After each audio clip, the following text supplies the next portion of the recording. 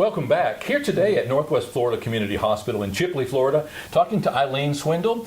Today the topic is Ebola. You can't turn on the radio or the television without getting bombarded with all kinds of stories about the subject. Ebola, obviously a very disconcerting situation to say the least. People are afraid. People have justified fears, and in some cases maybe overblown fears about which they shouldn't have. And we're going to talk to Eileen about maybe those things that you should be concerned about, the things over which you have control and those which you don't. And maybe at the end of this segment you're going to have a better idea of exactly what's going on with this Ebola scare. We'll be right back.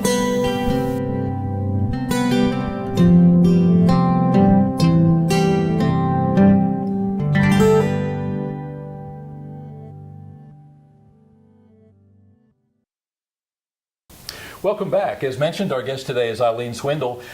We had the fortune today of having Eileen address our local Chipley Kiwanis Club. Gave Eileen a call and said, listen, why don't we get together at the hospital, talk a little bit about that which you spoke today, which was Ebola. First of all, thanks for taking the time. I know that all of you guys here at the hospital are busy, but I appreciate you taking the time, especially at this short notice. Well, thank you for having me. Ebola. Again, as I mentioned, and we spoke about in the pre-show, you can't turn on any media, read the newspaper, or listen to the TV or the radio without hearing about Ebola. In broad strokes, Eileen, without going into any great details, talk a little bit about what the situation is. Okay, Ebola is one of the viral hemorrhagic diseases. There are several of those. You know, the hantavirus is one. There's a tick-borne encephalitis that's one, and it is just one of those that we're seeing more now. You know, it's been there. The first outbreak was in 1976, and it's never happened in the United States before. You know, we've never had a case, so it's in the forefront of the news because of that.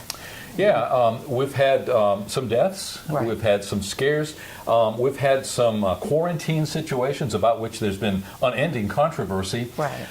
Let's start with the nuts and bolts. Ebola, the way I understand it, a disease which started in West Africa, right, close to the Ebola River, and right, that's from where it got its name. Talk about how it got into the United States, as far as you know, and the situation we now face. Okay. As far as I know, the way it came into the United States was with Mr. Duncan, a patient in Texas, who came from Liberia, and while he was there, he had taken care of a woman who died of Ebola. In fact, he was involved in her burial, which is one of the very serious things that you don't want to do. He traveled from Liberia to Dallas. He was seen in a local area hospital, apparently misdiagnosed, which when you see how nonspecific the symptoms are, it could happen. And anyway, and then he ended up developing the symptoms and became very ill and passed away. So he was the first recorded case of which we were aware. Right. Okay. Right. Was he the gentleman who traveled and misled authorities about his situation? Right, he was. Okay. He was. In fact, the president of Liberia had come on the news and said that she wanted him to come back and be prosecuted if he survived, because he had apparently violated some public health laws that they have in Liberia about leaving. Okay.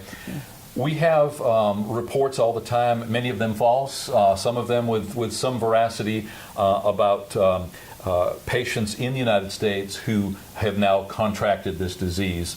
I know the CDC in Atlanta had, or maybe does have at this time, patients. One in Texas. What do we know now about those who in the United States have verified instances of Ebola? Okay, the main ones in the United States that have tested positive are, of course, the doctor and the healthcare workers from Samaritan's Purse that were treated at Emory. The doctor in Boston, who is undergoing treatment now because he became symptomatic after working in Guinea, taking care of patients, and a cameraman that has been treated in Nebraska. And then there's also the two nurses that took care of Mr. Duncan.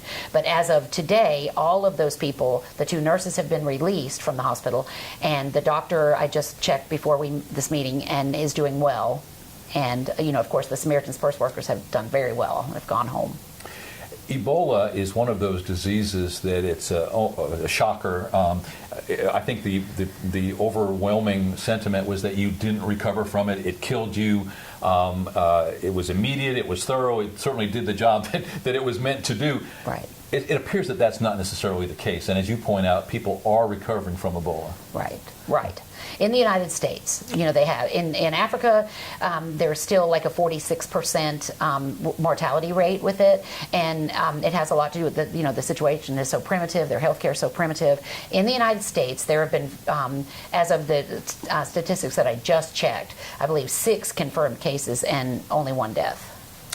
So at the end of the day, this is something about which we should be concerned, certainly. We should be prudent. We should be cognizant of the symptoms and certainly of what to do, not to do, where to travel, maybe where not to travel. But at the end of the day, not necessarily a death sentence if you contract Ebola. Right, right, and if you receive the appropriate treatment for it. So so in that case, we're presuming that patient or the person that's contracted Ebola is in one of the developed countries, right, such as the United States, that has proper and adequate medical care. Right, and they identify it in time.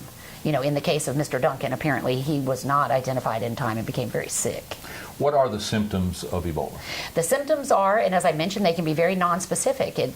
The initial symptoms are headache, flu-like symptoms, nausea, vomiting, diarrhea, and that can be confused with flu or malaria. And then they progress to the hemorrhage, bleeding, red eyes, blisters on your skin. And that's why it's so important that if patients are telling their doctors about it, they have to include the travel history. They have to do that. That's the main defining thing, because otherwise it could be confused with the flu.